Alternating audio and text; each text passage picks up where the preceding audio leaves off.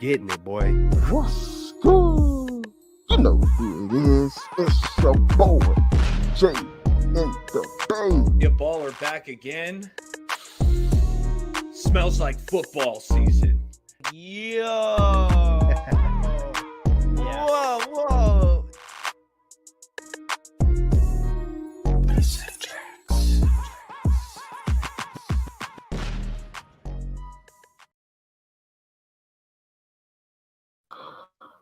Faithful Niner Empire. What's good? Hey, welcome back. Welcome back, Faithful, to another Straight Out of the Bay live show. We appreciate everyone that's tuning in tonight. Of course, we have Bay Area Baller 18. We have Celts Chronicles. We may have a Mean the Dream tonight. We'll see what happens. And of course, you got myself, Jay in the Bay. Hope everyone's having a great night. What a night to go live right after that Monday Night Football game. I want to talk to you guys a little bit about that game. What stood out to you, especially since, you got two of these teams that we could possibly see in the playoffs this season. So, hey, what was your overall thoughts on the game? We don't have to dive too deep, but let me know what you thought about the game, the outcome. Let's start off with Celts Chronicles, man. What did you think about that Eagles-Chiefs game? Man, it reminded me of Denny Green. The Chiefs knew exactly who they were, who the Eagles were, and they let them off the hook. You can't have two turnovers in the red zone and drop passes, and they just shot themselves in the foot. They through my eyes, they gave the game away. And like we were talking in backstage, I was surprised. I shouldn't be surprised because Kansas City has a really good defense, but I was surprised how they were able to get home early. They really set the pace. The Chiefs D-line versus the Eagles offensive line. And, they basically shot themselves in the foot. It sucks. I thought we were going to get one game closer to the Eagles, for that number one seed. So I never rooted for the Chiefs harder than I have tonight. But hey, that's the way the NFL goes. That's why you can't make mistakes. You know what I'm saying? Mistakes are very important to not make to win football games. But the Chiefs let them off the hook is what it is. Yeah, I think Celts nailed it there. The turnovers in the red zone. Kelsey, he fumbled one late, late in the game in the red zone. Just kind of back-breaking mistakes. Valdez-Scantling drops the go-ahead touchdown. 50-yard bomb dropped right in the breadbasket. It's like it felt like the Chiefs outplayed the Eagles, but sometimes it doesn't matter. Eagles came out, got the dub. What I will say is I was surprised how much Jalen Hurts, he was rattled back there. I thought he missed Devontae Smith open a couple times. Really, you got to credit the Chiefs defense and the coordinator, Steve Spagnuolo. I thought he was blitzing strategically, at the right time, and he was getting free rushers. Guys were getting home, and I thought that was a key to how they kept that Eagles offense from putting up big numbers, was timely blitzes that were executed well. But nonetheless, Eagles got the dub. Fellas, I think I know how to stop the tush push, okay? And let me know. It might be considered dirty, but what I think you got to take out the pushers, okay? You got to take them out because they got two guys behind Hurts directly pushing him, and that's why it's so successful, in my opinion. So while you do need a D-line to be a wall, I think you got to send someone in from the side, and you're diving at the pusher's knees. But you're also trying to get to Hurts, but I'm saying you're also taking out the pusher's knees. I'm aware that could be considered dirty, but just the competitive side of me is looking at a way to stop this play. And I think you got to take out the pushers. So I'm sending someone immediately when it's snapped, and we're diving at some knees. We're diving at Hurts. But I haven't seen anyone do that. You got to take out the pushers. I said it a couple of weeks ago. I feel like it's almost like the defense has to do exactly what the offense is doing. It's like, why not get your guys some guys to push your defensive linemen the way the offense is pushing, because anytime you get airborne, we've seen Fred Warner went airborne on someone, or that was actually a hell of a Yeah, play earlier in the yeah, but season. But all you don't these have your guys that are cleats in the getting ground. airborne, yeah, all these guys that are getting, it's doing nothing. You're just going for a ride. You're surfing the wave. So I feel like you got to get in the same exact, you got to do exactly what they're doing. But then the offense is always going to have a tiny bit of the edge because they get the move first, So it's just, they got it locked in. They got it locked in, locked down.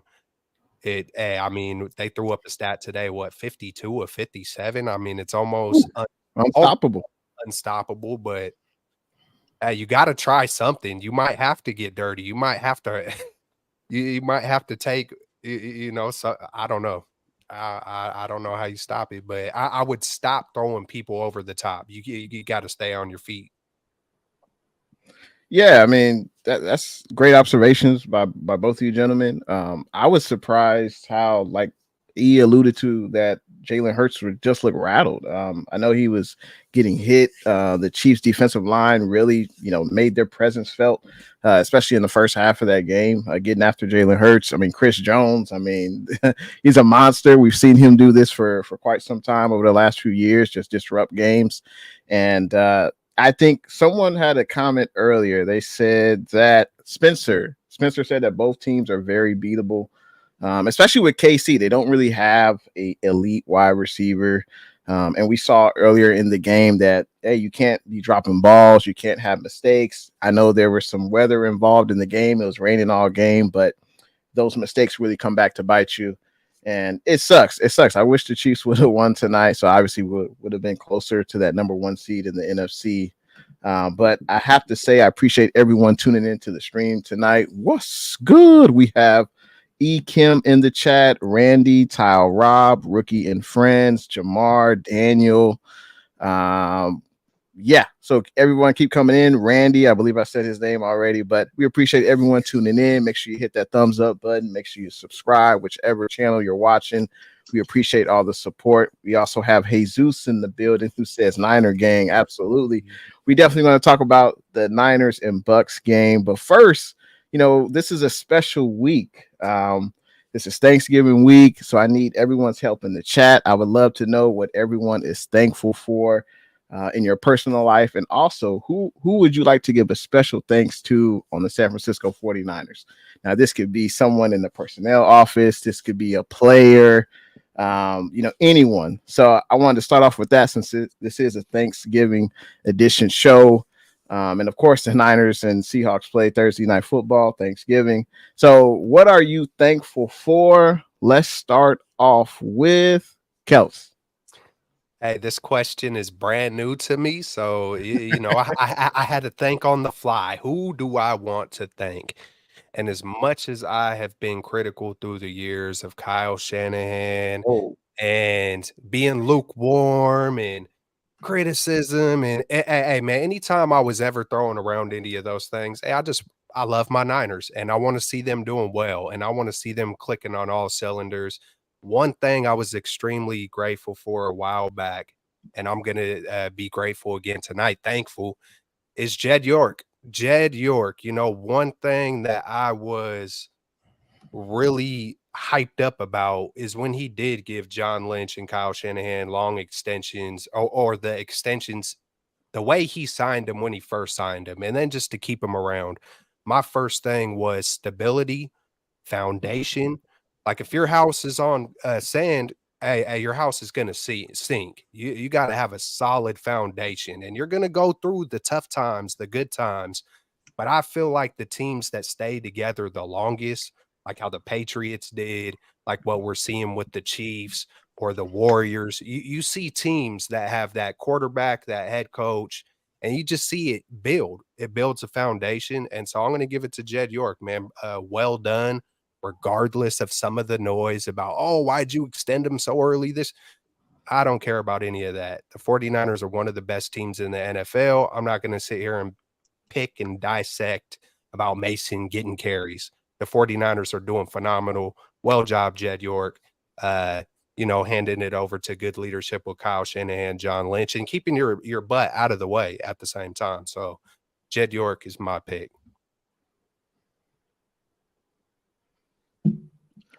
Well, I'm going to take over, and I'm going to say I'm thankful for my family, my friends, my family, my wife. She's the backbone. So I gotta hit that first. As far as the Niners, I want to thank. I'm going with Brock Purdy, BP. I'm thankful we got a QB, fellas. Is he elite? What I can tell you is he's really freaking good. So thank you, Brock Purdy, for being just such a good football player. It's been a joy to watch you. So thank you, BP. Hey, well said. Well said. John in the chat says he's thankful to the faithful for traveling well. Hey, absolutely. What's good? How you doing, John? Thanks for tuning in tonight. Jesus is in the building. Rick, Aussie Rules. Appreciate everyone tuning in. Yeah, I concur, man. I concur with Kelts and E on this. Definitely thankful for Jed York. He recognized his mistakes, and it takes someone, I would say, let's just say that it takes a man, it takes someone of great courage to understand where they went wrong and learn from that and don't repeat the same mistake. So kudos to Jed for realizing that. Hey, just write the checks, stay out the way, let hire your football guys and let them do their job. Of course, appreciate the fam. Everyone's healthy. Mom, dad, wife, kids, everyone's good. So of course, thankful to them. I would say I'm thankful to, I would say, John Lynch. I think he pulled off one of the greatest trades in 49er history in acquiring CMC. Everything he does on the field, he makes everyone's job easier. We see the impact when he's not available or when he's not at 100%. This offense isn't really the same. I could have said Brock Purdy as well. He's been, a godsend, but I'm going to say CMC, one of the greatest trades the 49ers have ever made, in my opinion, at least in my lifetime. I'm trying to think of the trades that we've made, but CMC has definitely been one of the most impactful. So I'm so thankful we have CMC in the backfield. And people in the chat, feel free. What are you thankful for this Thanksgiving season? Feel free. We'll read those comments throughout the rest of the show. Let's see. We have Ty Rob says hit that like button. Absolutely. Get Celts in that YouTube algorithm, man. That's a tough thing to crack, man. That YouTube algorithm is very tough to crack. Hey man, I'm thankful. I'm thankful for Tyle, Rob, and Debbie, and everybody up in the chat. And at the same time, I'm thankful whether we got 2 people, whether we got 2,000 people, man. I'm thankful to be on here with my homies right now. You know, my friends right here. So it's all love regardless, man. I'm not sweating numbers, but I still appreciate you, Tyle, Rob. Real talk. And kudos, since we're in that type of mood right now, kudos to Celts for creating Straight Out of the Bay and bringing us 4 together. Amin, he's not here right now. He's with us in spirit, but kudos for Celts for bringing us all together and talking about, our love for the 49ers. I definitely look forward to talking with you guys every Monday night. So, yeah, it's definitely been a fun ride, and I'm looking forward to many more episodes. Debbie Ryan says, happy Victory Monday, gentlemen. Thankful for my mom. She's getting older and things are challenging for her now. I'm thankful for Brock Purdy, his humility and gameplay. Prayers to keep the wins coming. Absolutely. Well said. We got Mark Graves in the building. Thankful for Fred, CMC, Bosa, and Purdy, of course. Melissa, I'm thankful for 49ers content creators, and there's a ton of them. And it's a grind, but it's absolutely, anytime you turn on YouTube, one person at least is live. So it's always great. We got such a great 49er content creator fan base. It's definitely great to see. On a less positive note, we got to bring this up. Unfortunately, Talanoa Hufanga, man, so sad to see him go down. As soon as you saw it, I was like, oh, that didn't look good. He immediately walked off the field. And unfortunately, we're kind of used to it. Whenever you see a player non-contact knee injury. You kind of expect the worst, and unfortunately, the worst was confirmed today with Kyle Shanahan. And hey, Health is out for the rest of the year with the torn ACL. Love to hear you guys' quick thoughts. What did you think of the play? What do you think? What will we miss from Huff? And just what are your thoughts, man, about Talanoa Hufanga? Let's start off with Bay Area Baller. What are your thoughts, man? Man, it stinks. Huff, he's a playmaker. He's instinctive. I love how he can time up snaps and get into the backfield. It sucks. We're talking about an all-pro player last year. I don't think he was having quite the season that he was last year, but I thought he was playing some good ball. So it stinks. That being said, he's not a perfect player. Before he went out in that game, he gave up a seam route where a tight end ran right past him for a chunk play. And on the play he got hurt, Rachaad White, he's a pass catching back, but he caught that ball out, on the swing pass with a lot of space, no one really around him. So Huff had to try to make a tackle in a lot of space that Rachaad White had to work with. And, it was unfortunate, but hey, it's a next man up league. And Yeah. we'll get into Jair Brown's day, but it sucks, fellas. Hey man, I echo everything Eric just said. If I were to, prayers, first and foremost, prayers to him, all that good stuff. I feel that way every single time. But if I were to try to twist this into a positive, out of all of our really, really good players, I feel like, Huff is maybe one because of where we drafted Jair Brown and what some of us who have dug deep on Jair Brown, I think that might be the least drop off from Jair to Hufanga. You know what I'm saying? So I think, as far as our top notch players on the team, I think that might be the one spot where we can kind of get away with it and maybe not miss a beat. Who knows? We got to wait and see. It sucks, man. It just sucks. Anybody, even if it was someone on special teams, you know what I'm saying? So it is what it is. A good thing we do have a Jair Brown just sitting back there waiting. We also have Odom, who is played some good ball for the Colts back in the day at that safety position. So I think we're in good hands, but hey, get healthy, Huff.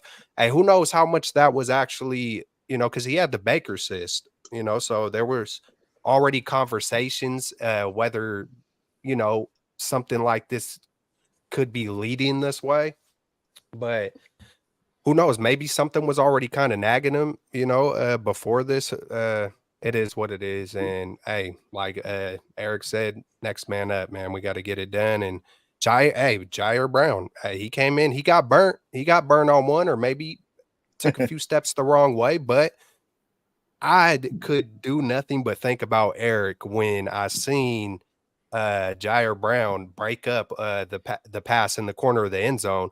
Because if y'all really paid attention, he got there a little too early, but he made sure to pull his hands back. Like, oh crap, the ball ain't there yet. But he had the awareness to not commit the penalty. And I'm just thinking about Baller. Like, hey, he was, and for you to get thrown in there like that, sometimes rookies are kind of, not thinking to the best of their abilities. They might have to get some jitters out the way, but he had the awareness to back off just enough to not get flagged and then break it up. So I thought that was a great play by Brown, and hopefully we see it just continue. Hey, he was a big time playmaker, one of the best playmakers in all of NCAA during the time he had with Penn State. So he knows about interceptions and fumbles and laying hits. Yeah, that's the unfortunate part about sports. Guys get hurt, and especially in the NFL, there's a reason why you got 53 guys, on the active roster. You got another 16 on the practice squad, the next man up. But definitely wishing a speedy recovery for Talanoa Hufanga, and hopefully he comes back even stronger next season. But yeah, it was good to see Jair Brown in this game. I think he ended up with 4 total tackles. He had 3 passes defended. He had the timely interception in the end zone. So it was good to see him out there on defensive snaps. And as Kelts alluded to earlier, he had the wherewithal to not commit that pass interference and still make a play on one of the best wide receivers of the last decade in Mike Evans. So and it's not how you start, it's how you finish. As Kel said, man, he got burnt. I think it was on the same drive that Huff got hurt, I believe, when he came in. He got burnt, but hey, he didn't let that phase him, especially when you're in the secondary. It's all about forget about the last play, continue on to the next play. So what were your thoughts on Jair Brown's performance? Do you think he played well for, I believe this was the most snaps he's played this year due to Huff's injury, but what were your thoughts on his performance? I thought he was good. Like we talked about, he came in and gave up that seam route. This Hufanga gave up the same thing. Sometimes when you're playing zone and someone's running your direction, it's like, do I got to carry him? Do I not? So I think that's something, he messed up this one time, but he'll learn from it. I think he'll pick up on that. Other than that, you guys talked about that PBU. That's how they teach it. When the receiver sticks their hands up, if you don't see the ball, you play it there. And Jair got his hands in there, knocked it loose away from Mike Evans. He had the interception that was timely, right? The ball hit Dre in the face and popped up, but it still takes some awareness and some ball skills to come down with it, because it was a tough catch, right? Going to the ground. He had to make sure he secured that. So it was impressive. Like Kelt said, man, he was a playmaker at Penn State, and honestly, after we drafted him and I watched the film, I was saying he kind of reminds me of Hufanga, just with some of his instincts and just with his skills. So now he's got to replace Hufanga. Yeah, no doubt. And kudos to John Lynch for, drafting a guy in the secondary. I think for the 49ers in the Shanahan Lynch era, I believe this is the highest we've drafted as safety. I know we drafted Tavarius Moore, and of course we drafted Huff, but I think we don't really draft that many safeties, at least in the Shanahan Lynch era. So, kudos to them for addressing a need. We know Tashawn Gibson, hell, we got him as a free agent late last year. He paid off, got a lot of interceptions, made a lot of big plays, but we know he's long in the tooth. So kudos to John Lynch and addressing that need at safety, because he should fit in well playing opposite of a veteran in Tashawn Gibson. So I'm looking forward to seeing what else he has and how he'll be able to contribute to the team. Jesus says that Brown should learn on the job. I mean, I think he's got a great mentor in Tashawn Gibson, who's seen it all. He's like a 10-year plus vet. So I think Jair Brown it's a good situation for him. It's unfortunate that he came in because of Huff's injury. Too bad they couldn't use 3 safeties, have Huff, Brown, and Gibson all in. But hey, he's got his opportunity and he's got to make the most out of it. So there's no mistake about that. Let's get into the offense. Yesterday's game, 49ers, of course, end up winning 27-14. I think I predicted that score. I think I said 27-19 Niners. So pretty close. I would love to hear you guys' and the chat's thoughts about this offense. We put up some points. Of course, Brock Purdy was damn near perfect. Well, he had a perfect QBR, which was excellent. But what were you guys' thoughts on the offense? Because what were your likes? What were your dislikes? I'd love to know how you guys feel about that. Let's start off with Kelts. What'd you like? What did you not like about this offense yesterday? It almost feels like it was a few days ago. I don't know why, man, but it just there were parts of it that seemed, it's just so easy to just point out Brock, man. I feel like we could have a whole half a show where we're just talking about Brock Purdy, and to finally see like a ball go that deep and just to see the way that Brock Purdy has rebounded, after playing, I don't even want to call them bad games because he didn't play 3 straight. He played 1 bad game, and then, to pretty good games and turn the ball over. You know, we seen tonight Pat Mahomes turn the ball over. Jalen Hurts turned the ball over. You know, Kelsey lay the ball on the ground in a crucial moment. But it's just Brock Purdy, man. Just the way as 49er fans, man, we have all been waiting for as long as you've been waiting. You know, we go through Alex Smith, you know, all the way from Steve Young. We go through Alex Smith, and we had glimpses from Alex. We had glimpses from Kaepernick. We had all this hope about Jeff Garcia. And then even we were so desperate for quarterback that we waited 4 years for Jimmy Garoppolo to finally put up a game like Brock Purdy just put back-to-back games up, like the Saints game that Jimmy put up. It was like, oh my God, Jimmy might be it. And he did it once. And I mean, Brock Purdy has done it 4 times in 18 games. And then besides the 4 times, he's played pretty damn good. All the other games, he's had like one really bad game. I could just go on and on about Brock. When your name is in the conversation, when his first couple of games, no one hasn't done this since Kurt Warner. No one hasn't done this since Dan Marino. 18 games later, no one hasn't done this since Joe Montana. I mean, come on, man. I mean, this isn't turning into a thing where I'm just a Niner fan, so I have to like Brock. So I'm going to express that to the fullest. Look around the whole NFL, the way he's processing, the way he's delivering, even after having a bad game, he backs it up with 2 of his best games ever. I mean, talk about real deal. I mean, this man has the mental makeup on the field, off the field.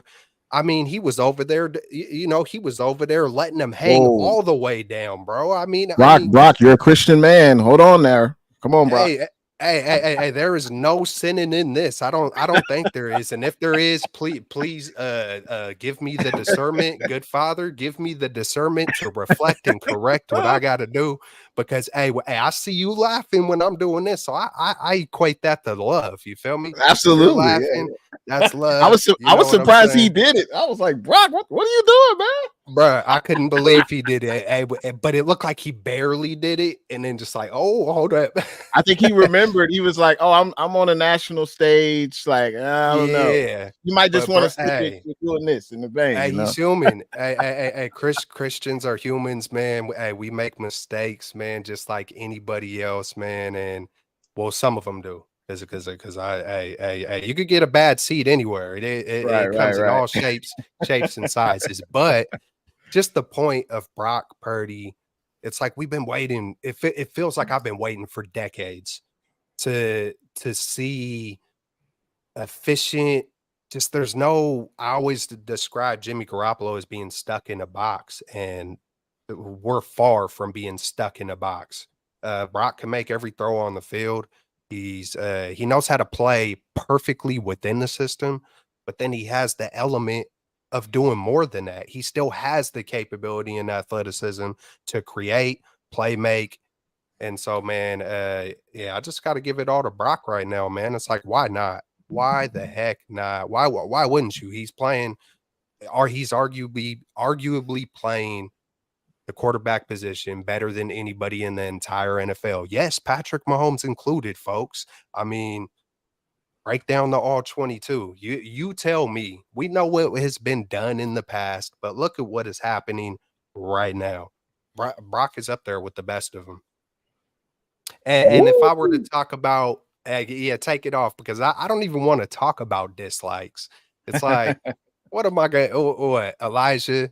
You know what? Mason didn't get it. Good. I'm glad Mason didn't get a carry. We got CMC.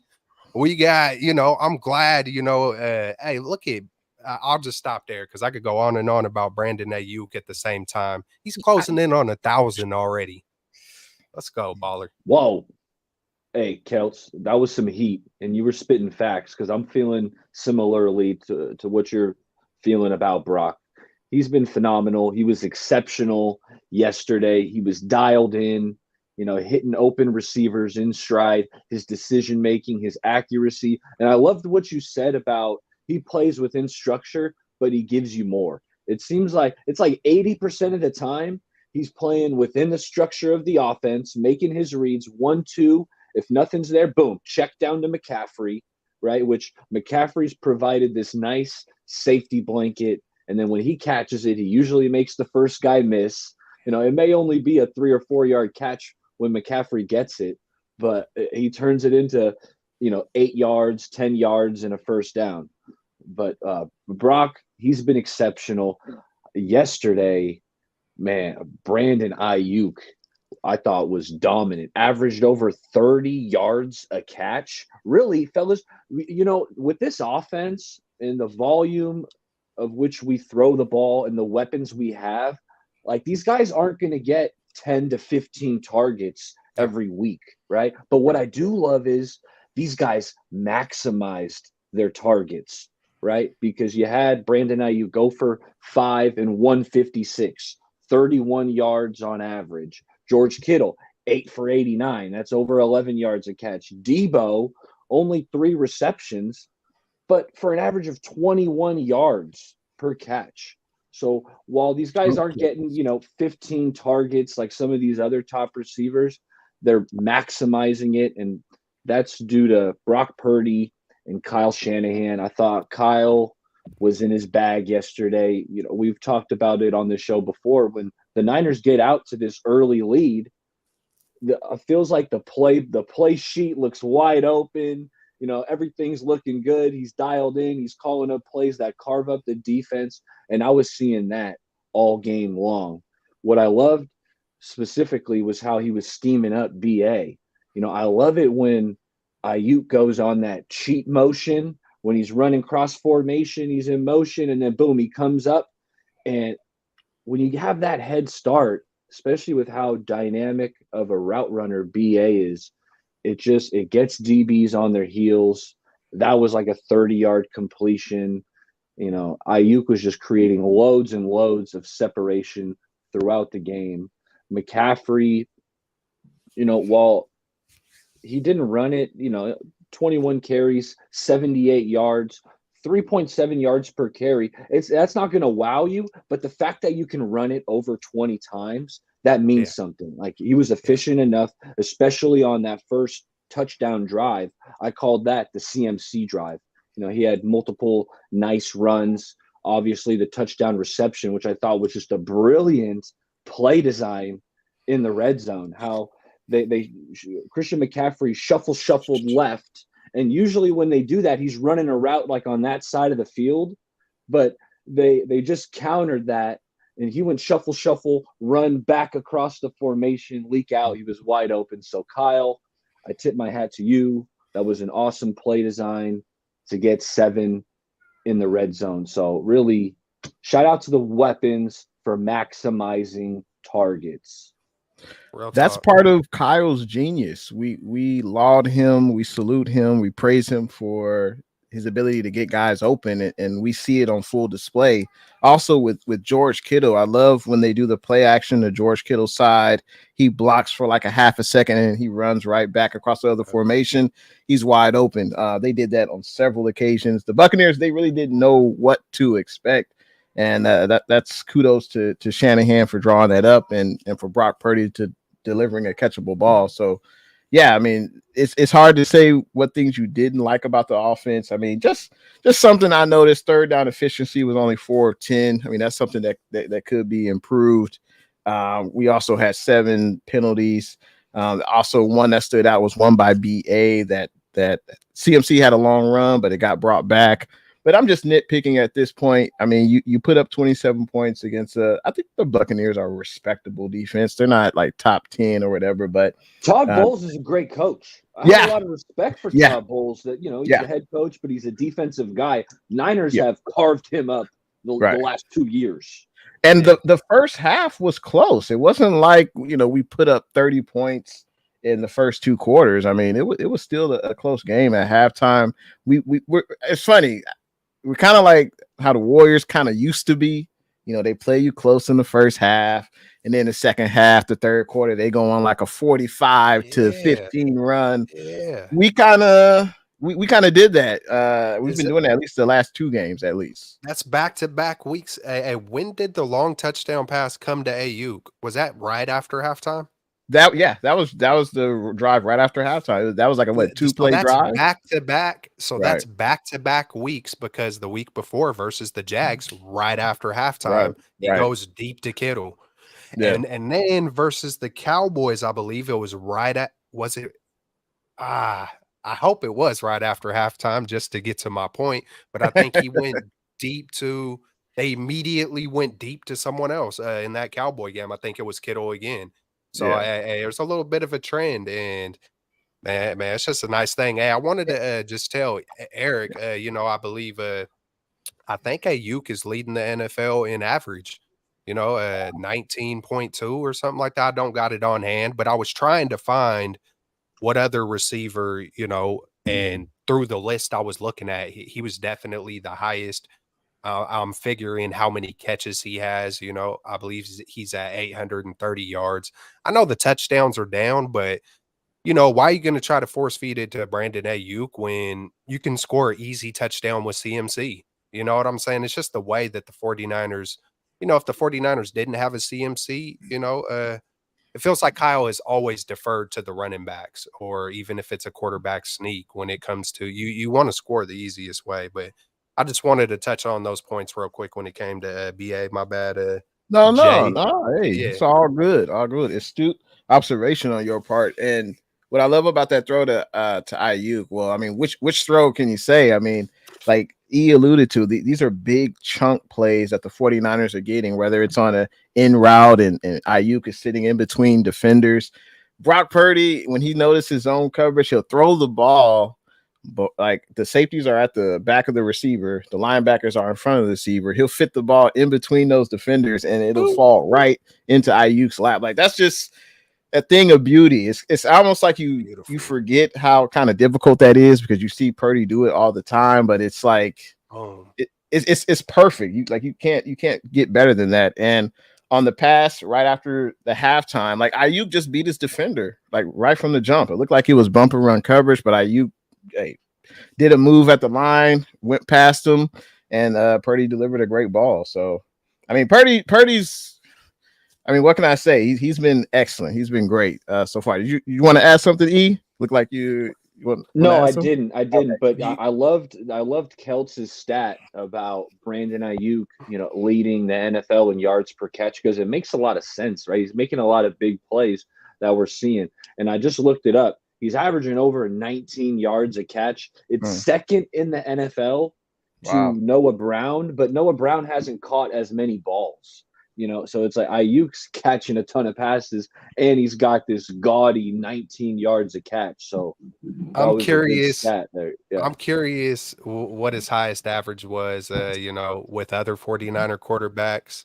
But at the same time, I mean, Ayuk was like, dude, I didn't even know what to do. I didn't even know what to do in the end zone. Like, kind of like I ain't never caught a touchdown that long, and we go all the way back to deep ball me, please. And just the relief probably with the whole team to be able to know that you can do that and it's happening, more often than not. I think Brock Purdy, I've seen a stat thrown around where I think Brock is like 5 of 9 on passes 30 yards in the air or 30 or 40 yards down the field. I think he's like 5 and 9. And they showed Jimmy Garoppolo where it was like in a 4-year span, he was like 4 of like 40 or something like that, So it's like a relief, man. It's just a joy. I've purposely just not even been caught up in a lot of the any kind of negativity or just noise. You feel me? It's just purposeful because it's like, nah, I want to enjoy this, man. It's been a long time. But you did make me think of a negative, Jay in the Bay. When Ayuk did not go out of bounds, I was kind of like, it felt like he was trying to do the opposite, stay in. I don't know if you guys remember what I'm talking about, but I just couldn't wrap my head around it. I had no idea what was happening. I think CMC almost did it on the next play. It was kind of like, what the hell is like? What are they doing? I was confused. But that was one of the major things. He didn't go out of bounds. But hey, man, we won decided, or we still won the game regardless.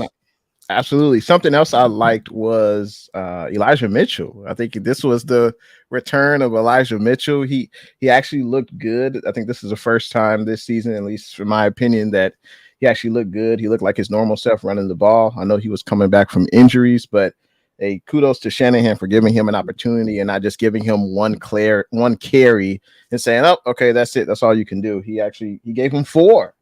And he He looked had a fresh. season high 4 carries in this game. So, hey, maybe next game we can get 6. Maybe we get 6 or 8. I don't know. That might be asking too much.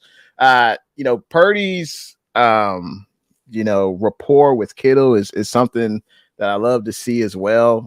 Purdy, it seems like, dare I say, he makes people around him better. I don't know. I mean, I don't see that many hospital balls anymore.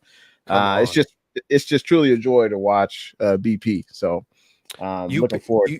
You pair Brock Purdy with the Kyle Shanahan, and now you're seeing 19 yards a catch. You pair Brock Purdy with the Kyle Shanahan, because it's never just one thing. You have to have them both. And I do want to talk about, I heard someone earlier bring up one of the best points I think I ever heard concerning the weapons around Brock Purdy. Hold up a minute, and I'm still in this from someone. It was someone on ESPN, but didn't Joe Montana have the greatest wide receiver ever in the history of the game? Absolutely. Didn't Joe Montana have John Taylor, Roger Craig, Rathman, Dwight Clark, Jesse Sapolo, Bart Oates. He had an all-pro freaking offensive line with Roger Craig, Tom Rathman, Brent Jones. Like, the list could go on and on for what Steve Young.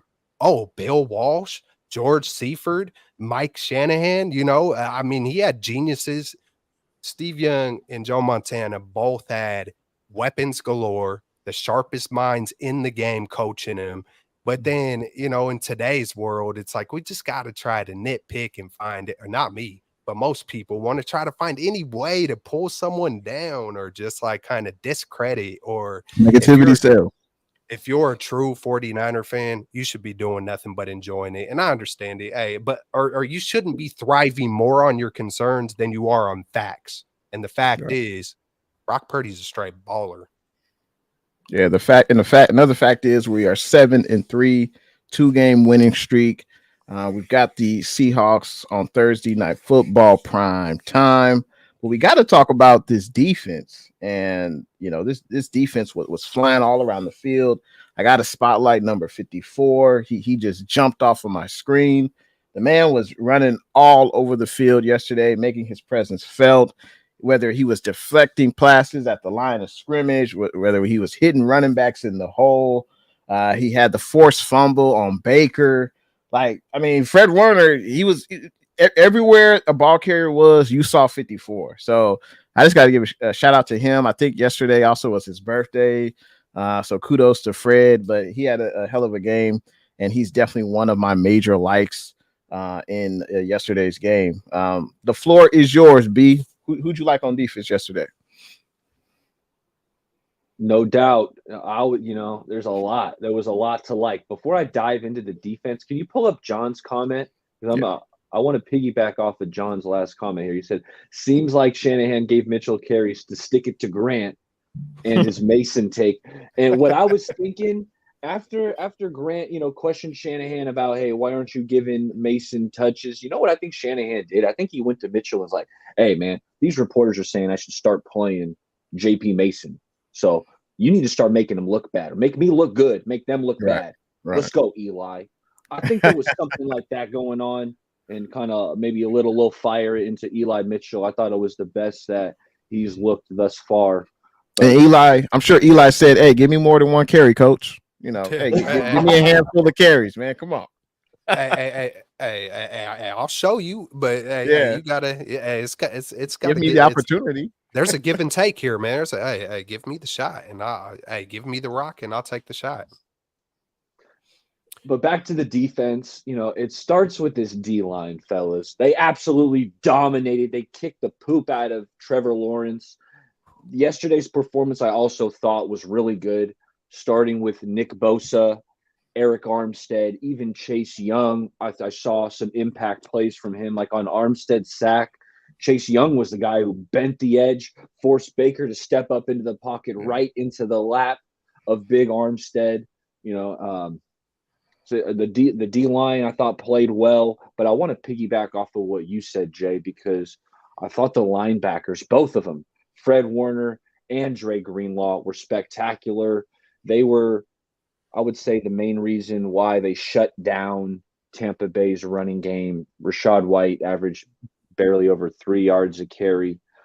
Dre, I know he wishes he had that interception back, one clanked off his hands, but still, I thought he was flying around, making plays all over the field. Fred Warner, like you spoke about, he was exceptional with pass breakups, forcing the big fumble. I mean, Fred, he's such a playmaker at the linebacker position, just creating turnovers. We know how he likes to punch the ball out. So that and there, as for dislikes, I didn't think the corners played great. I liked Demo. I thought Demo maybe had the best game out of the corners. Charvarius Ward, I was happy to see he didn't get flagged because coming into the game, he had 7 flags in the previous 3 games. So I was happy Charvarius cleaned that aspect up. But still, I thought he had some sticky coverage. He gave up some receptions that he was right there, almost had the pass breakup. But then in the second half, I thought I saw the defense playing that bend, don't break style. He started giving up kind of some easy out routes and really kind of made Baker Mayfield's stats look better than I thought they should. Ambry, I thought was okay. But yeah, that's where I'll leave it with the D. D-line was good. The linebackers, I mean, this is the best tandem in the NFL, fellas. Absolutely, man. There was a point in the game where I was sitting there just like, man, how is like Fred Warner should be in the discussion for like defensive player of the year. I can't remember what happened where I was just like, dude, I think it's just when you see it over and over and over, just the heart, the effort, the skill. Because I feel like Fred Warner could be blowing people up left and right. We seen earlier in the season when they start blitzing him, he starts getting home, but he's so valuable across the whole field. It's kind of probably hard sometimes to what you want to do with him. But there was a point in time during that game where I was like, bro, like, he's one of the best. It's not just saying it because he's on the Niners, but he's all over, man, and he does it consistently. And I know he had the penalty, and as soon as I seen the penalty, and it gives him the ball, they get the TD, and then even when I thought it was Jair, weak. I thought it was a yeah, weak flag. but even seeing those kind of things, it's like it's like you're never gonna be perfect. There's never been a perfect, team.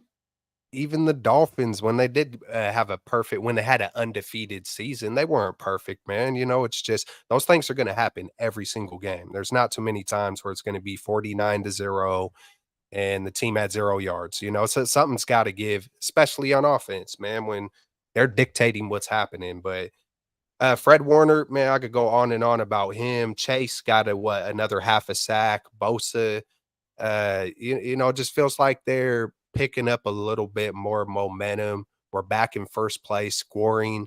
With the sideline Steve over, or with sideline Steve over there. He's 2-0.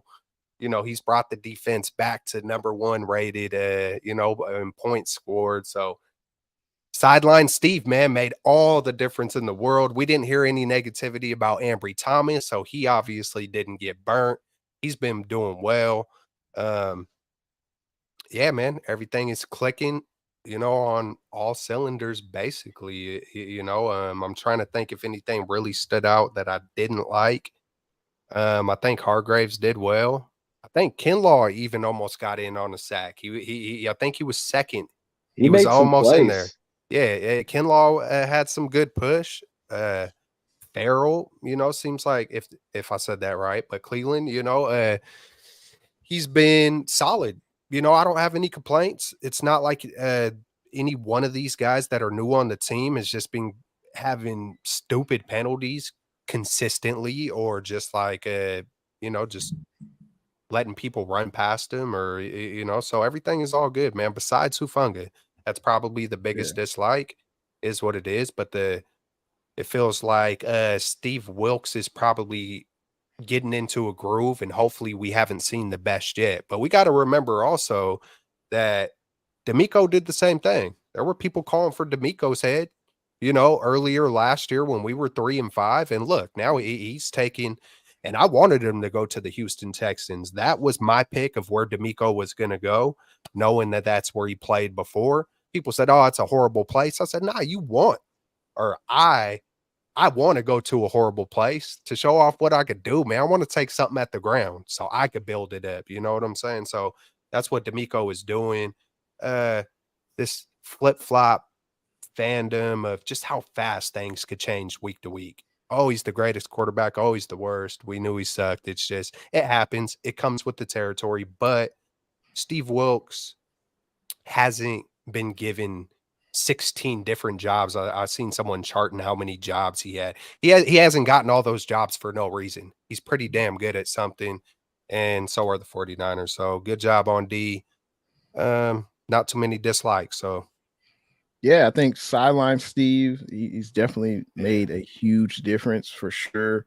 I like what he's doing with Bosa. Like sometimes he'll line him up in the A gap. Sometimes he'll line him up adjacent to the guard. Like he's moving Bosa around a little bit, and that's something I've noticed. I don't know if that's because he's on the sideline. That's necessarily the reason that's happening, but I like the way he's moving guys around. Maybe Wilkes feels more comfortable with another bookend edge like Chase Young on the other side. Maybe that makes him feel more comfortable to move Bosa around.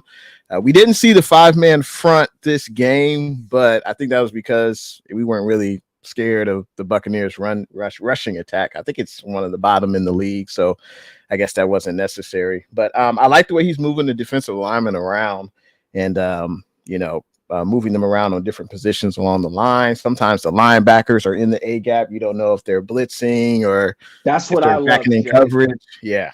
That's what I love. He's been mixing that in more. Yeah. I call it the double A gaps because that's what they call it in Madden. But great that's play in a Madden. big point. Hey, it's working at the NFL level too, because you don't know if those guys are blitzing. You see, Greenlaw and Fred are sacking the quarterback. So that I just wanted to pile in there because that's one of my favorite adjustments I feel like Steve Wilkes has made post-bye is he's mixing in, the double A gap, the mug in the gap look, bringing up those linebackers. Yeah. And I thought the Buccaneers did a solid job in their screen game. I think that's the area of the defense where I think could still get better. I think the screen game is kind of keying in on the 49ers aggressiveness up front where we want to get to the quarterback, but you kind of got to, if an offensive line is letting you run in, that means something's coming up behind you, right? So yeah, you got to, key in on that and be aware of the screen pass. But that's something I think the defense can work on. But, other than that, I think it's pretty much nitpicking. But overall, pretty good performance, against, Tampa Bay. We got David McNiner in the building. What's good? Appreciate you tuning in to the stream. Looks like David has an opinion on Steve Wilkes. He says, Wilkes, no Booth is better than Wilkes Booth. Hey, I think we all agree on that. Sideline Steve. There it is. Sideline Steve. Absolutely. So it's amazing, what 3 weeks can happen. I didn't think 3 weeks ago we should have fired him, but something definitely needed to change. Isaiah Oliver got benched. We see Ambry in there. And I think Darrell Luter, I think he was called up on the active roster, but I don't think I saw him on any defensive snaps. Did you guys see Darrell Luter Jr.? No. Okay. So, and he's also a player that could possibly contribute to the team going forward, but we'll see what happens. So, hey, who would you give your game ball to? One game ball, and you could either pick an offensive or defensive player. I think my game ball, I'll start it off. It's got to be BP. A perfect quarterback rating. Hasn't happened since 89, I believe.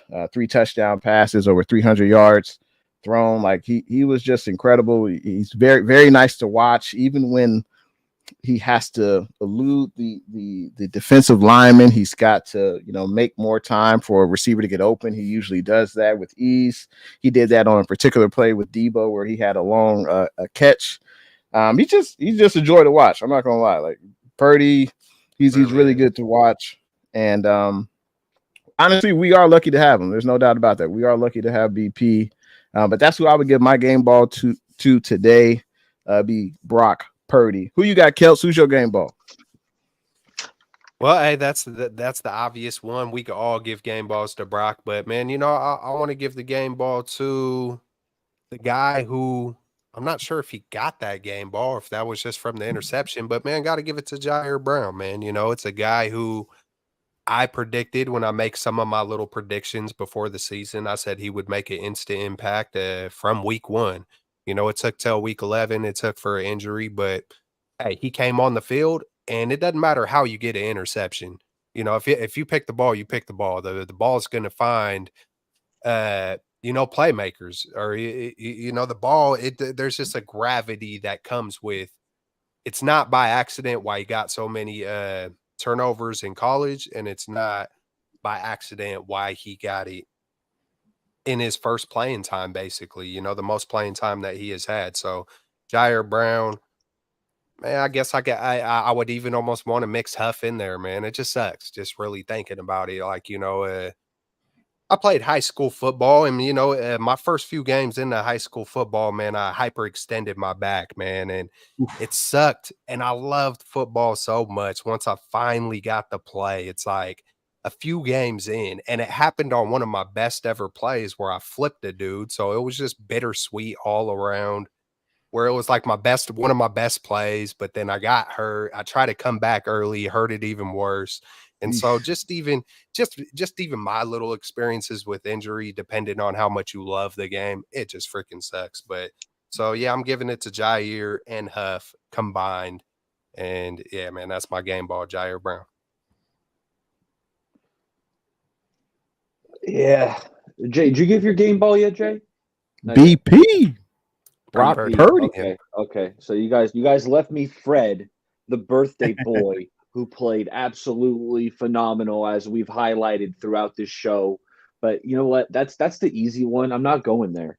I'm giving it to Javon Kinlaw. Whoa. And I'm saying, there we go. You know what, Javon? You've been playing some pretty freaking good ball this year, man. You deserve it. He had a couple tackles, but I thought he was pushing the pocket. And really, my expectations for Javon this year, fellas, were extremely low. I was expecting nothing from Javon Kinlaw because I didn't want to be disappointed yet again. But I actually think Javon's having a positive impact on this season in his limited reps, right? We're not relying on him to play 40 snaps a game. He's mixing in. I think he's doing a good job. I think he did a good job yesterday. So just kind of for like morale and just to acknowledge Javon that, hey, I think you've been playing some good ball out here lately. I'm going to give him the game ball, and hopefully he can build off that. Wow, great call on that, man. I wasn't expecting Kinlaw, but hey, he has played well in his snaps that he's been involved in. So kudos to him. And yeah, great selections overall from everyone. David says Hufanga will be missed. Hopefully Jair Brown's play is more than a splash. Absolutely. I mean, it's going to be, he's got to go through the ebbs and flows. He's a rookie. He's going to have some good plays. He's going to have some plays that he could also learn from. So it's all a part of being a pro, One thing I will say about Jair Brown is just like, he doesn't seem timid, but then he also doesn't seem like, he just seems so locked in. If you ever hear him talk, every single time he feels like his heart is fully in it. He just seems really sharp, and he hella cares. And as a defender, we haven't seen him on the field as a 49er very much, but he just seems like he is just a natural born dog. Like, he's got those dog intangibles. He's got the look, and you hear him talk, and he really, really cares. And it doesn't seem nice. It comes off very respectful, but I just see some very good things from Jair Brown coming. I don't think the moment's going to be too big for him. I think he's You hear him talking, it sounds like he's 30 years old. And in between the ears, I think, hey, it's 80% mental. So Jair I don't think we're gonna miss a beat. I wouldn't be surprised with the lightning in a bottle if we see, some positive things from him. Yeah, I don't think Wilkes is going to necessarily leave him on an island. I don't think he'll allow a mistake by Brown to beat us. I think honestly our offense is too good for that to happen. And yeah, I just don't think Wilkes will put him in that position. Brown will have leadership to his right with Tayshaun Gibson, who can tell him where to line up, what I do on this play if necessary. But as you said, man, he seems ready for the moment. The moment isn't too big for him. And he was able to, still continue to fight and go past that initial, catch that he gave up. He still continued to play. And that's what it's all about. Move on to the next play. Don't even worry about it. Roberto Davis, hot diggity dog. Appreciate that $1.99. Roberto says, can we all agree that TD pass to Ayuk was money? Absolutely. Hey, we talked about it a little bit earlier, but Ayuk beat his man off the line of scrimmage. Purdy threw a ball. It was picture perfect. Picture perfect. Love to see it. Look how Ayuk completely roasted Jamel Dean off the line of scrimmage. Just absolutely torched him right off the line, stacked him. It just, kudos to Brock. Perfect throw. But it's like BA just roasted that D. And then made a poster and then made him look silly at the catch point, man. Put him on a poster.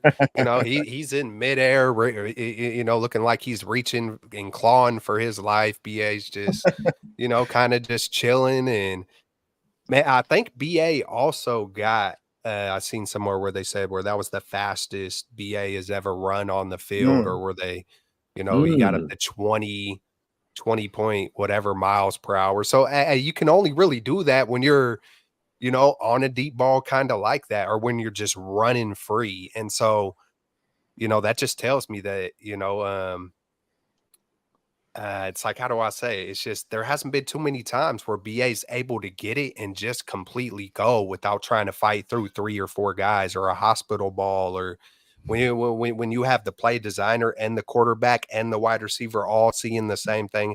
And I know it's just a go route. I know it was, but still, we haven't seen that in how long as a 49er fan? When was the last time we seen that? And Kaepernick might have had flashes, but it's just straight up money Roberto Davis, real talk.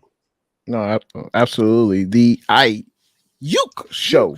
I had to wear his jersey tonight. He showed up and showed out. But quick question: is there a number? We know Ayuk is going into the last year of his rookie deal. Is there a number where you don't bring Ayuk back? Has he played so well that another team? Let's say the Houston Texans. Well, they got a lot of wide receivers. They're pretty stacked. But let's say another squad wants to give him $20 million per. 4-year deal, $20 million per, maybe $60 million guaranteed. Is that too rich for the Niners, or no? Would you sign that up in a heartbeat? In a heartbeat. I'm looking at which players are making $20 million. I mean, you got Amari Cooper's making $20 million a year. Chris Godwin's making $20 million a year. Mike Williams is making 20. DJ Moore, Terry McLaurin. BA's better than all those guys. He's probably had a better year than all those guys you mentioned. So, he's a better player. He's a better player than all those guys. I'm saying 25 mil per is just kind of looks right for his talent and what he's doing. Wow. Okay. Yeah, it's tough, man. Hey, when it comes to all the money and the contracts, I'm not up on game to the fullest, but it's gonna be tough, man. I mean, BA just feels like a 49er, but we've seen the 49ers, what they've done with guys like DeForest Buckner, Can't do it this time, Kelts. Can't do it. I think the only all right, Shanahan, I've seen him do it before, so I feel like they can. It just depends on what they truly feel about a guy like Ronnie Bell or Danny Gray. And I know it's easy to be like, oh my God, Danny. You just never know. You never know. 2 or 3 years ago, it looked like and it seemed like Brandon Ayuk was in Kyle's doghouse, even though Kyle Shanahan admitted that he was never in the doghouse, yada, yada, yada. But it was easy to assume that Brandon Ayuk was lightweight in a similar situation as Danny Gray, you know? And I know injury happened, but it just depends. They know the best. They know the they just know more than we do. They know what they have in Ronnie Bell in between the ears and all those kind of things. And Danny Gray as well.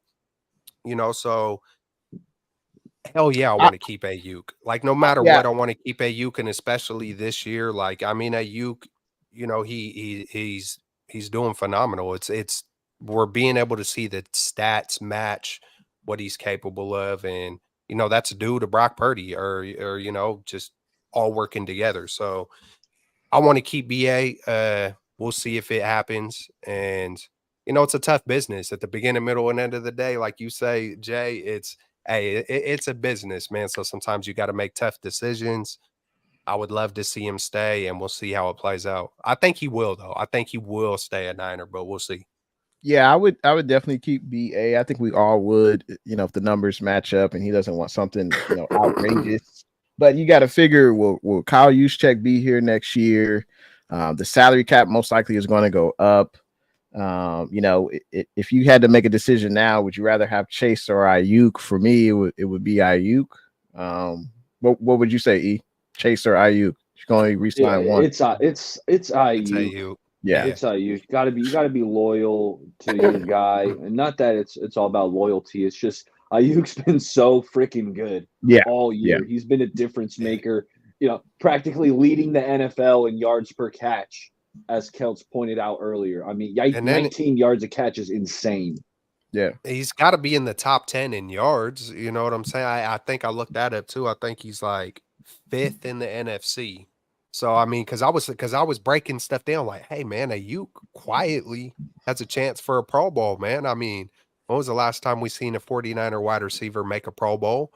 Purdy's on pace to be a Pro Bowl quarterback, MVP candidate, and the last time we've had a Pro Bowl quarterback, 2002, Jeff Garcia. So I'm just like, you know, playing the end of the year, kind of looking at things from a bigger picture on, you know, and Kittle, he's starting to put up Pro Bowl type numbers once again, you know. So man, it's just all good right now.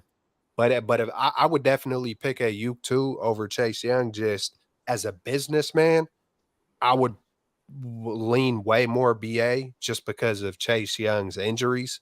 Even though, hey, he could be all good. It could be a thing in the past, but based off of that, shoot, Ayuk is typically always available. I mean, when is he not? You don't hear no drama coming from him behind the scenes. He's a professional, man, and he's getting better and better and better. We might not have seen the peak. We might not have seen the full peak of Ayuk yet. So, yeah, I would pick Ayuk. Yeah, I would definitely pick Ayuk, and like you said, he could get better. You can't sign everyone, but you know the cap should be going up next year, and I think Ayuk, he's having a phenomenal season, and yeah, I think we should definitely keep Ayuk. Mark says the NFL needs to come up with a system to be able to keep your draft picks. Maybe their value should be 75% of the contract, shouldn't get penalized from drafting. Well, I mean, you can't sign everyone. And let's say if Chase Young, let's say he finishes the season, he gets 8 more sacks, he's damn near as good as Bosa. He may have outpriced himself in a Niner uniform next year. There might be another squad that'd be willing to give him more than what Bosa got. So if that's the case, yeah, I don't think there's any way he would be able to come back to the Niners if that happened. He might outprice himself from the Bay Area. But is there anything else you guys wanted to mention? Maybe I didn't go over about this game against the Bucs. Anything else that stood out? Oh, wait. How could I forget? Moody, Jake Moody was a perfect. whole show with no Wisnowski talk. Well, no okay, so Wisnowski, he didn't have any punts down in the 20. So clearly he's on the chopping block. Hey, man, he might get cut tomorrow. Clearly. Damn hot no, but Moody was perfect. Moody was 5 of 5. His kicks look good. I thought all his kicks, none of them looked like, oh, this might have missed. Like he was he was on the money. So Yeah. What I did notice about Moody though, I did notice that it seemed like he was putting a little bit more touch on his kicks. I heard it hmm, mentioned earlier in the year. I can't remember who brought it up, but I heard someone saying, looks like he's just trying to, kick a home run every time. But that's not what they said. But that's what I took from it. Like he's just hitting a fastball every single time. Like, hey, put a little touch on some of those 30 yarders, just and I noticed that in this particular game where it looked like he was putting a little more touch on. I was like, okay, he's chilling out, he's calming down. We need that. Be chill, be smooth, and put it through the uprights. that's a fair point, Fable. I trust Moody at home. I want to trust him on the road too. I think there's definitely a difference cooking at He's home calm now. versus kicking on the road. Yeah, I mean, I'm sure your nerves are maybe a little bit more on edge when you're on the road in a hostile environment. So, but hey, kudos to him. And it's good that you see a rookie actually getting better, maybe getting smarter. Yeah, Just because you got a gun for an arm, you don't always have to throw it super hard. You got to have some touch on your footballs. So the finesse. maybe Moody is learning that. We got to get into Thanksgiving night, Thursday night football, prime time. NFC West division rival matchup. The Niners are going to Seattle, Lumen Field, taking on the Seattle Seahawks. The Seahawks 6-4. I didn't see too many notable wins when you look at their overall, and you compare their offense to the Niner offense. We've scored like 60 more points than they have throughout the season. I know Geno had somewhat of an injury in yesterday's game. Their top running back, Kenneth Walker, also had an injury. So their status for this Thursday is questionable. That's something that we'll have to look at through the week to see if they'll even play. But we got to get into the Seattle game. I would like to start it off with the key to victory versus Seattle. What's one key for the Niners to ensure their victory? I think you can't allow the big chunk plays to DK and Tyler Lockett. I think those are the two best weapons that they have at their disposal. And you can't be too grabby. Mooney, I'm talking to you. Demo, you can't be too grabby with them because they will throw a flag in a quick second. So you can't allow the big chunk plays to the receivers. And Mooney, I want to say, I think Mooney, he played good. I think, and his bar has been lowered a little bit. It's like, damn, just don't commit a penalty, dog. Like, just if you don't do that, like, I think you're going in the right direction. So for the 49ers to ensure victory on Thursday night, and we eat turkey on their 50, we got to eliminate the penalties. Don't allow the chunk plays to DK and Tyler Lockett. I would love to hear something from the chat. Give me a key to victory for the 49ers versus the Seahawks. And also, Eric, what's one of your keys to victories for the 49ers going up to Lumen Field in Seattle? Niners got to be able to run the ball. You got to establish the run because the DBs, they got some good DBs over there. Tyreek Woolen, and then the rookie corner, the other rookie corner, first round pick is doing really well for him. I want to be able to run the ball consistently. I know they got Bobby Wagner. They got some pretty good linebackers, but let's establish the run, get CMC going, because I think that's what really opens up everything. Then the play action starts clicking. But I also really liked your mention of, hey, limit the big plays, because DK, he's a big play threat.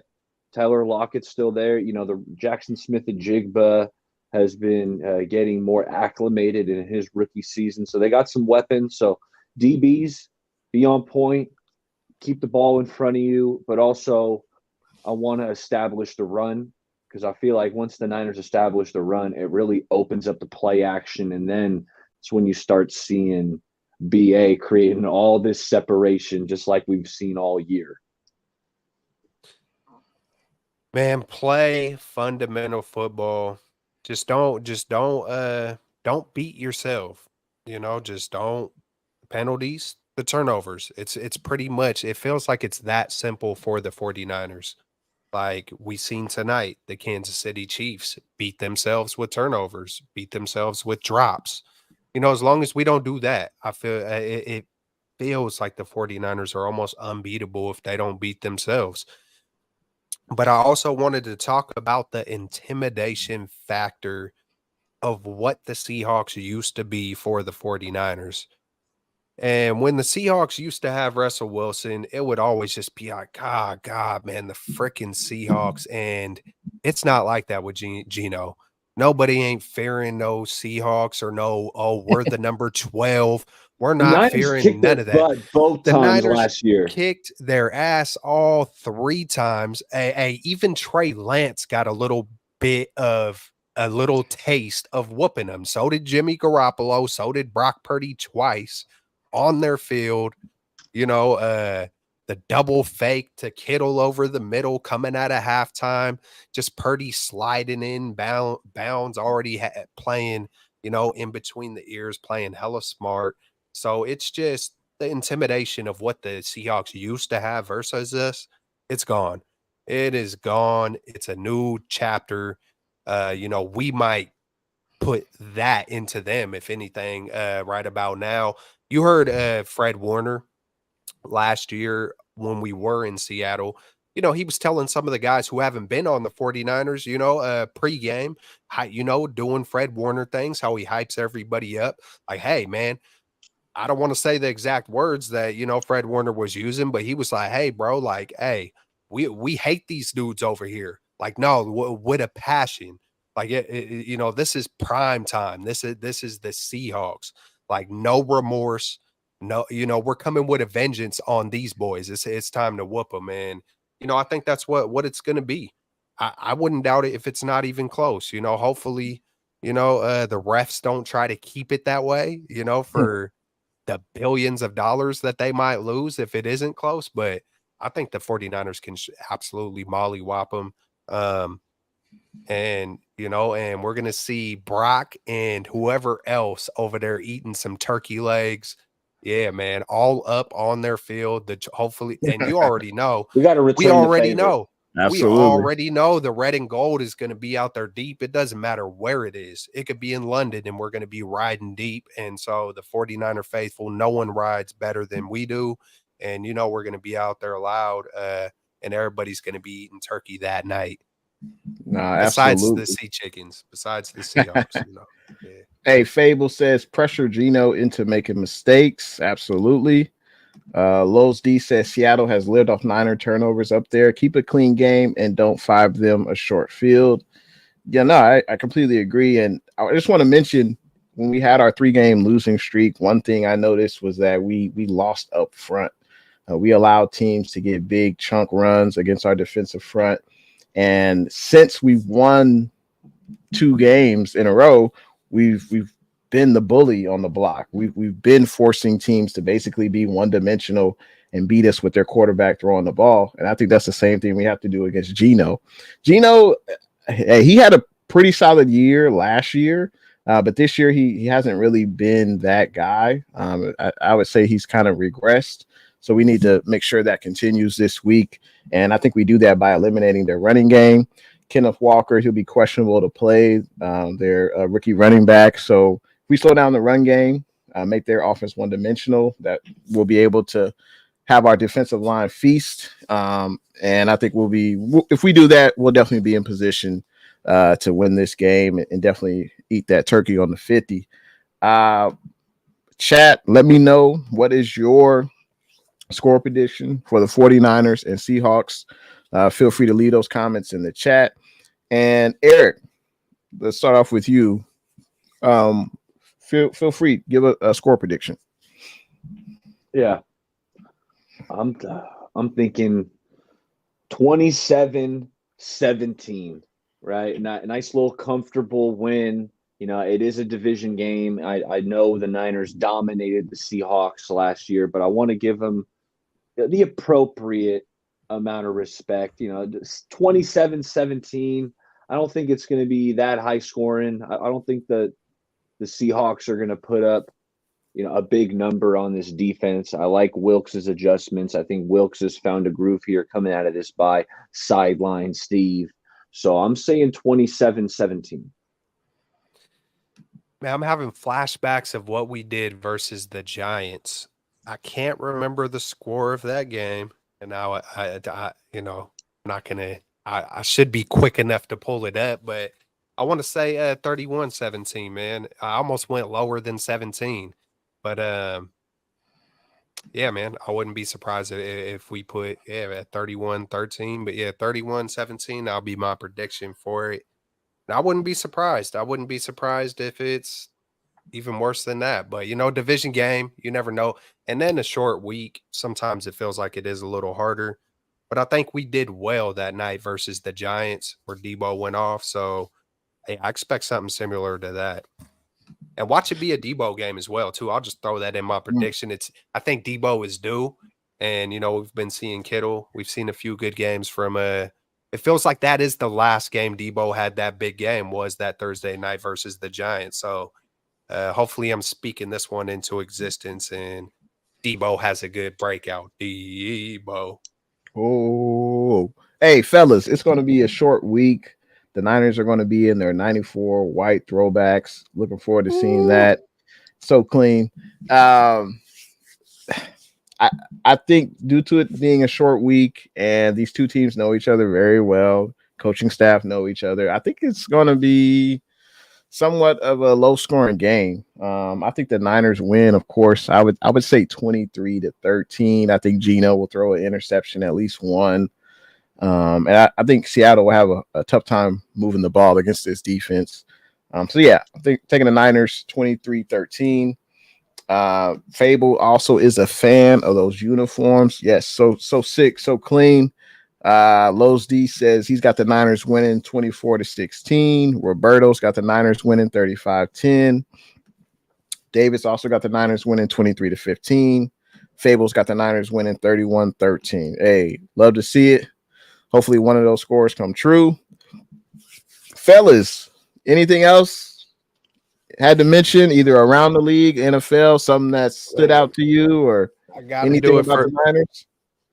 Oh, bless me. I gotta do it for my man, the Dream.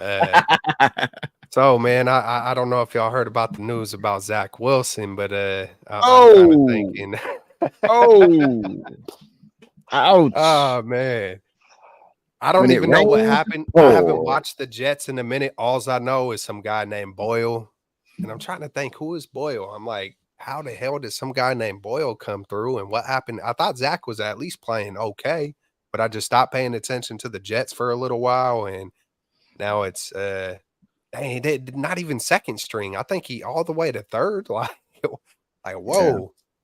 I Had to think do it for Robert me. Sala's probably gonna get fired this year because he kind of put all his eggs in the Zach Wilson basket, and he's been pretty terrible. So not sure why. I don't think I've ever seen, and it's hard. Okay, we'll define what is spoiled. But that's the vibe I got from Zach Wilson. My instant vibe off Zach Wilson was spoiled kid. And I was like, I really started looking through the history of the NFL and who really knows who is spoiled and who isn't. But I don't think I've ever seen a spoiled brat, like a straight up spoiled brat, just like win a Super Bowl.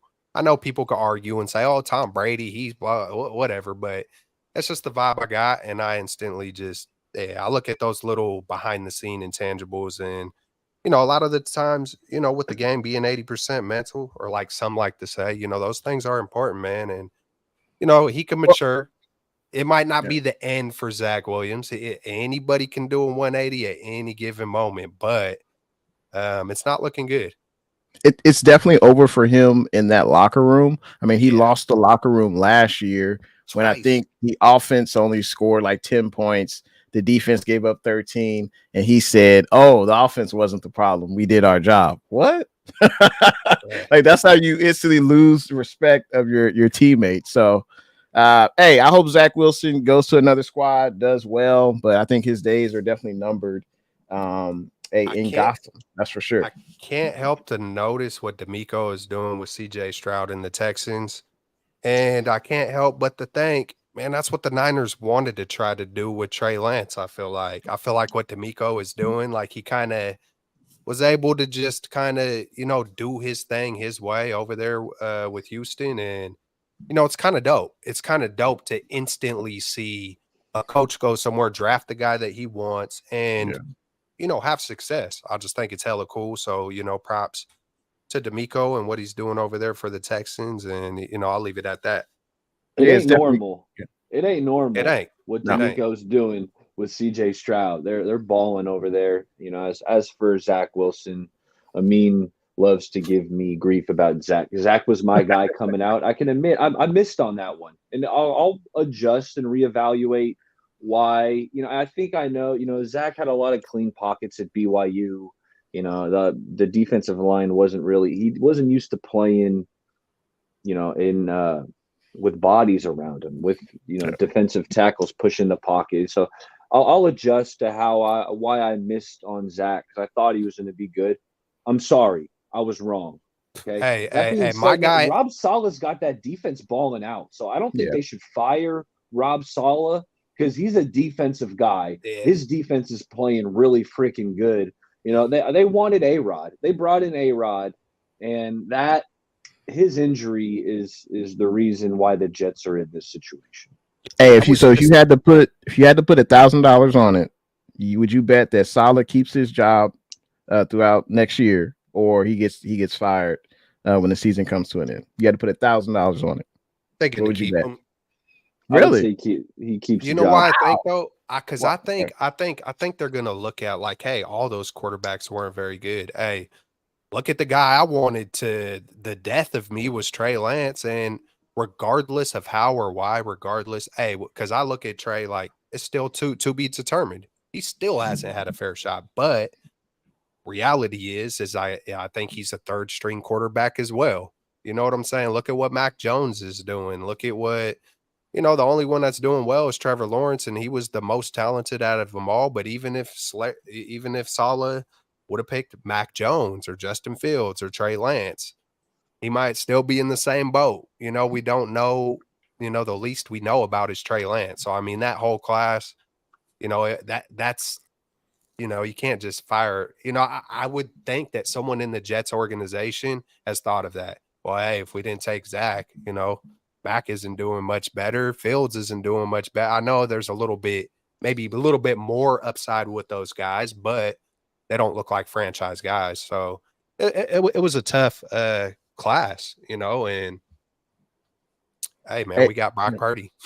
I hope Saleh keeps his job. I'm not saying I hope he's fired, but in 3 seasons he's got 15 wins, 29 losses.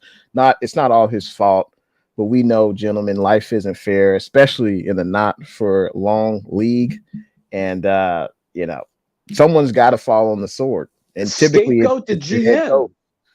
Scapegoat the GM. I mean, he's the one who took Zach Wilson. He's the one who took Mekhi Becton. And it's the coaching staff's job to cultivate the talent. I mean, that's their job. That's why they're there. They got to build those guys up, and they definitely didn't do that with Zach Wilson. David says Rob Saleh is a good head coach. I would bet that he keeps his job. Karen Rogers will be back after he gets that bionic leg. Wow. Okay. All right, David. Yeah, I mean, hey, I hope he stays the Jets head coach, but I wouldn't be shocked.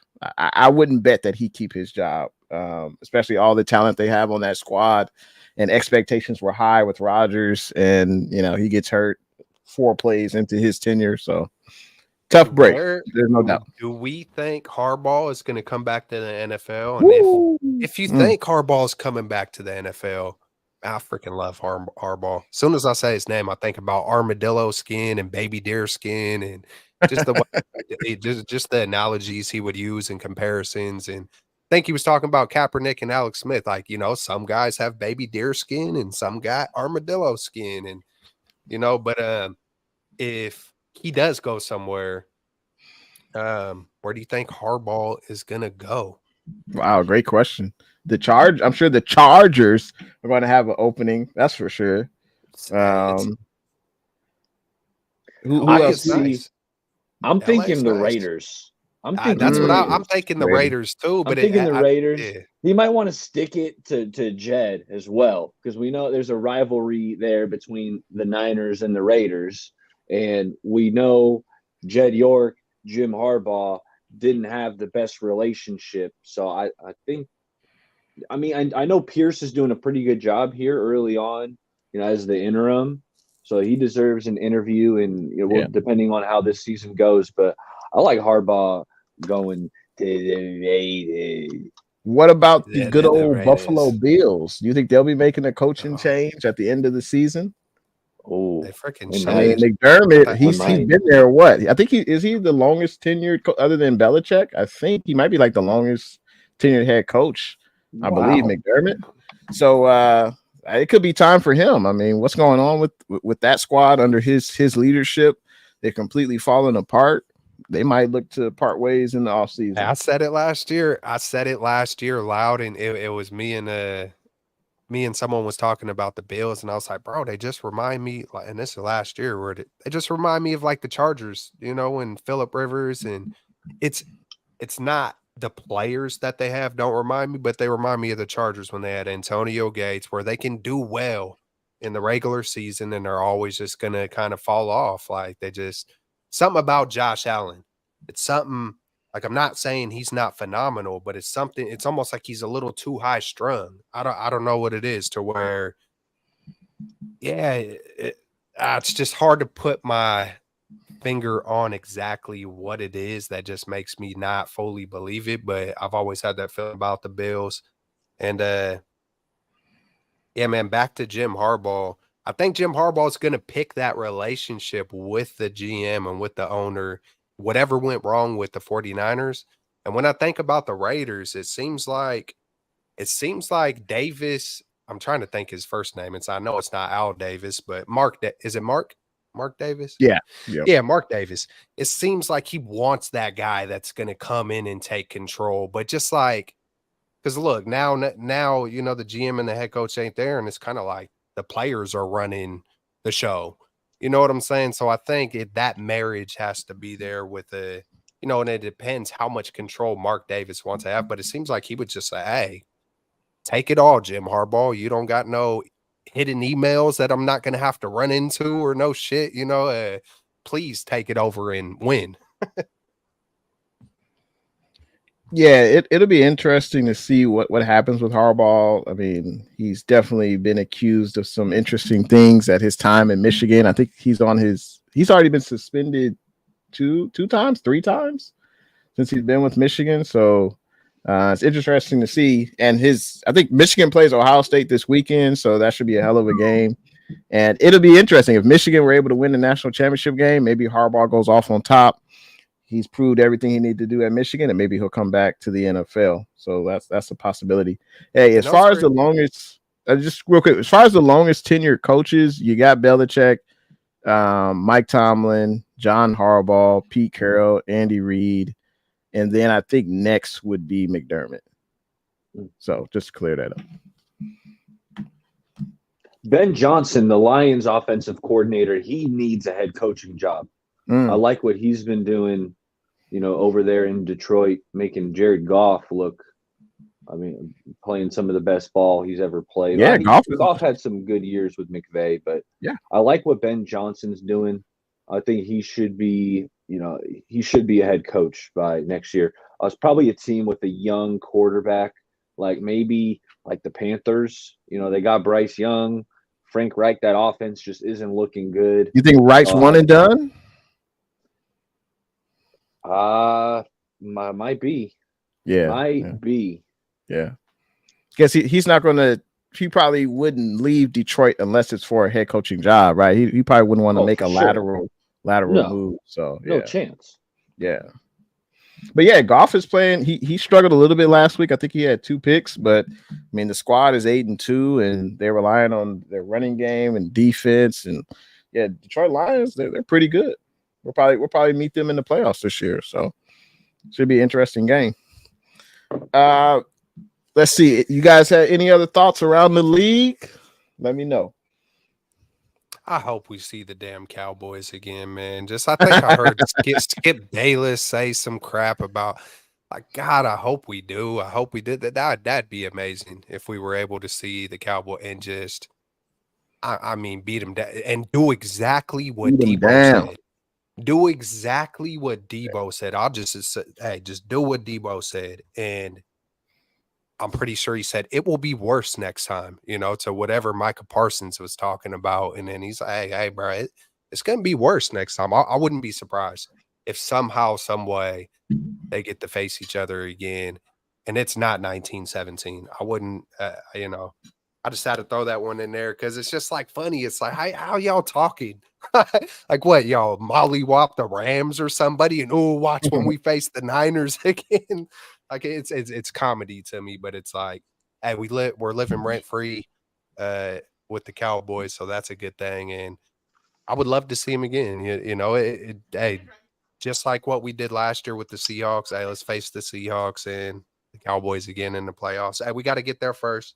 I know I'm one game at a time, baby. One game at a time, but at the same time, that would be lovely. Closing thoughts. What you got? Hey, fellas, I had a blast. I hope you guys have a phenomenal Thanksgiving. The chat, I hope all you guys have a spectacular Thanksgiving. Fellas, I think we got to coordinate another meetup, right? We did it before the season started. We played some hoops. We threw the rock around a little bit. Jay's got a cannon. Rich's son, that's Kelt's. Keltz's kid has a cannon. Yeah. It was fun out there throwing the rock. Hold up. And didn't I win the longest? I think Kelts won it. Yeah, the Kelts did win it. We had the throwing competition. Yeah. I can't remember. I think he was win-dated. Like way over there. We were weird about it. It was also like going. It was like, hey, we were playing games. That was all. We were making up games as we were just throwing the ball around. I think we had 2 guys on one side, 2 on the other. Hey, I threw my arm out. My arm was sore for like a month after that day. Are you serious? For real? It was the pump fake. You did too good of a pump fake, bro, and it just. Hey, that was a blast. Let's do it again. Hey, we definitely, for sure, got to get together and get Amin out there 2-on-2. Me and Amin versus Jay in the Bay and Kelts. Let's do it. Yeah, let's go, man. Huge shout out. We'll lock it in. Everybody in the chat, happy love. Thanksgiving. Yep. Yeah, much love to everyone in the chat. Happy Thanksgiving to everyone. Hopefully you'll be able to spend some time with your fam, watch some good football, and watch the Niners kick the Seahawks ass. So definitely looking forward to that. Feel free before you head on out. Make sure you like, you subscribe. We appreciate all the support. We'll be back next Monday night. We might be back Thursday. We might have a surprise show.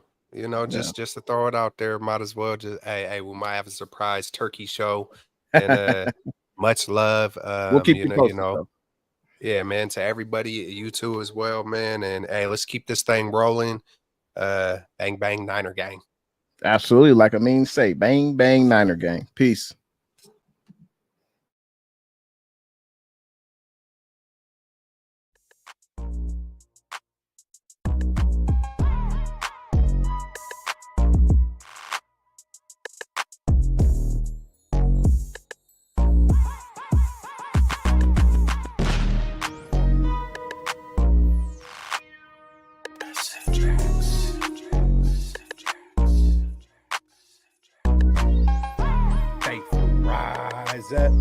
Yay!